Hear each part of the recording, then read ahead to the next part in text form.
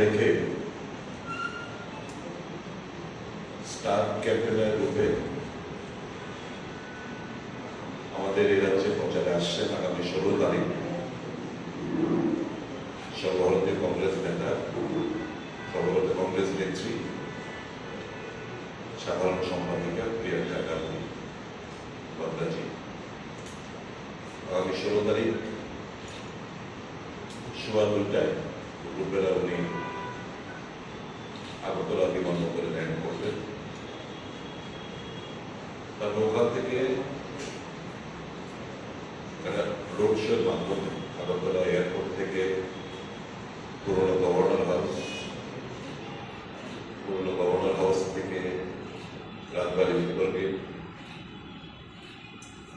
উত্তর গেট থেকে হারদন সংগ্রহে ময়নাংসেতু হয়ে বিদ্যুৎ কর্তা চমনি থেকে রাজবাড়ি দক্ষিণ গেট, তুলসীবতী হয়ে কামানচিমনি হয়ে সূর্যচুমনি এবং সূর্যচুমনির চৌমাথায় উনি সংক্ষিপ্ত বাগানে বক্তব্য রাখবেন। তারপর আবার ওখান থেকে রোডশোয়ের মাধ্যমে প্রস্তবিষ্ঠমণি হয়ে বর্তলা হয়ে দুর্গাচন্দ্রের দিকে শেষ করবেন। এটাই আমাদের কর্মসূচি।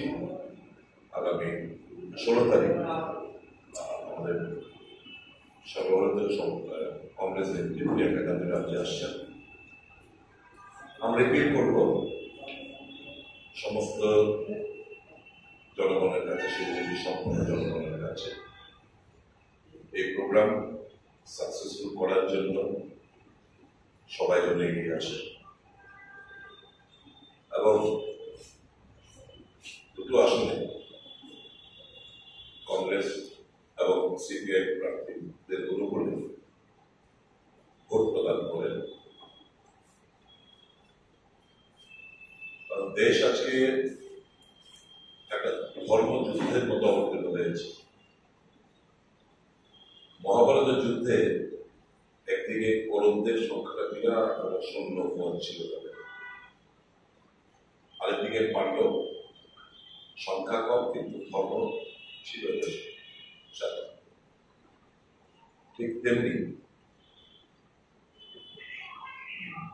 এই দেশের নির্বাচনে কৌরবদের সাথে বিশাল পরিমাণ লোক রয়েছে, সন্দেহনীয় কর্মীরা রয়েছে। যদিও কর্মীদেরকে বিশাল অংশের ভোট আমরা জানি আমাদের পক্ষে আসবে। আমাদের সাথে রয়েছে আমাদের ন্যায় ধর্ম।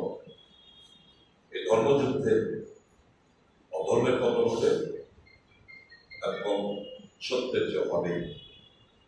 সকলের কাছে আবেদন রাখবো আগামী 16 তারিখ এই যে রোড শো, এই রোড শো প্রোগ্রামকে সাকসেসফুল করার জন্য ইন্ডিয়া জোটের সমস্ত কর্মী সমর্থক ভাই বন্ধুদের এগিয়ে আসার জন্য এবং সাধারণ মানুষকে এগিয়ে আসার জন্য। ধন্যবাদ। এগুলো বক্তব্য কোনো প্রশ্ন করলে করতে পারেন, পরবর্তী সময় আমাদের ফেডারেশন তরফ থেকে। একটা প্রশ্ন রয়েছে, যেহেতু ইন্ডিয়া জোট ভারতবর্ষের বিরোধীদের এখনো পর্যন্ত সর্ববৃহৎ জোট বলা যায়, এই ইন্ডিয়া জোটের নেত্রী আসছেন ত্রিপুরায়, এর পরদিন আসছেন প্রধানমন্ত্রী, তার আগের দিন আপনারা প্রিয়াঙ্কা গান্ধী রাজ্যে আসছেন। তো শুধুমাত্র রোড শো এর মধ্যেই কেন সীমাবদ্ধ রাখছে, কোনো জনসভা কেন?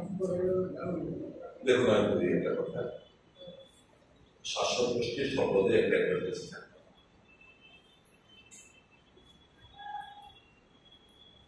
আমরা খোঁজ খবর নিয়েছিলাম, কিন্তু বিভিন্ন সিন্ডিকেটে অধিকাংশ তার নির্বাচন কমিশনের তরফ থেকে বুক করে নেওয়া হয়েছে এবং যে বাসগুলো গাড়িগুলো রয়েছে, যেখানে যখন আমাদের রিপোজিশন তারা অক্ষমতা প্রকাশ করেছে, সেই পরিমাণ গাড়ি আমরা পাবো না এবং আপনারা জানেন কমিটমেন্ট দিয়েও টাকা ফেরত দিয়ে দেয়, একটা অ্যাডভান্স টাকা দিতে রাজি আছি, সমস্ত ফুল পেমেন্ট করতে রাজি আছি, কিন্তু গাড়ি আমাদেরকে দেওয়া হয় না। সেই জায়গায় দাঁড়িয়ে আমাদের নিরুপায় কিছু করার নেই। এখন তো প্রধানমন্ত্রী বেলা দেখবেন সমস্ত গাড়ি ঘোড়া সব পেয়ে যাচ্ছে, আমাদের অসুবিধা।